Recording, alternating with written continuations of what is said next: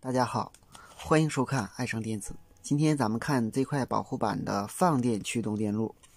放电驱动电路呢，它是利用了我们这一个芯片，这个芯片的型号是 EG3002。首先我们大家都知道，它的放电驱动管呢是这一排加上这一排加上背面的两排。放电功率管同样是3极串联了一个100欧电阻，也就是说每一个3极串联了一个100欧电阻，并且是并联的。并联以后接在我们这个 EG3002 的6、7角上，6、7角接在一起。实际上这两个角是单独的，但是这里它是接在一起的。它的5角是接地，它的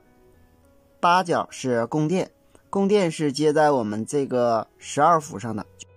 就是我们这个电源管理芯片震荡以后，经这个反馈绕组反馈回来以后的12伏，它同时给主电源芯片提供2次供电。这个12伏与我们这个热地是相通的，也就是与电池的地是相通的，所以它能够给这个放电管提供驱动信号。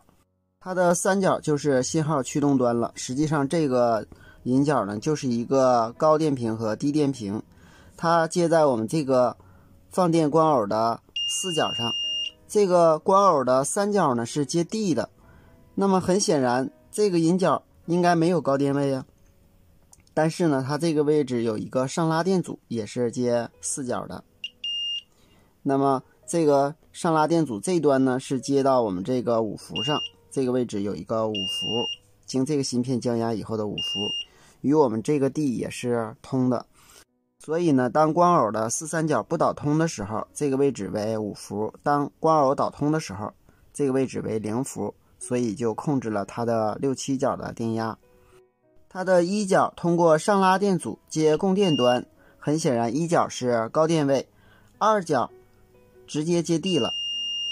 ，2角是低电位，4角呢也是接地了。也就是说，在这里1、2角和4角没有使用，后边呢直接受3角控制来驱动我们这个功率管。这个放电光偶的1角是通过线流电阻接在我们单片机供电的 3.3 伏上的，它的2角是接在我们单片机的引角上，通过单片机输出高低电位就控制了它的1、2角的导通，从而控制了它4、3角的导通。下面我们看一下这个芯片的详细电路，我们就能够了解它的优点了。我们看一下这个方框图，当3角输入低电平的时候，这个3极管是截止的，这时这个位置为1，这个 Q 端输出0，这个位置也是1，所以后端输出0，这时上管是截止的，下管是导通的。6、7角如果连在一起是输出低电位。当3角输入高电位的时候，这个3极管导通，这个引角为0，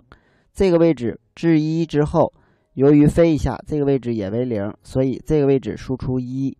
由于上管是缓冲放大器，所以上管导通，下管是一个飞门，所以下管是截止的。如果6、7角连在一起，这时6、7角输出高电位，4角相当于片选端，低电位有效。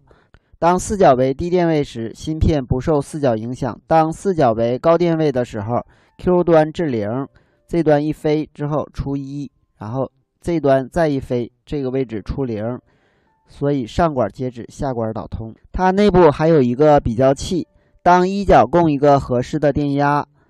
，2角接在我们电流检测的引角上，这时当2角电压高于1角的时候，很显然比较器的输出端输出一个高电位，这时 Q 端同样至0，使后端输出低电位。我们刚才的电路呢，把1角接到了供电上，2角接到了地上，4角同样接到地上，也就是说1、2、4角没有使用，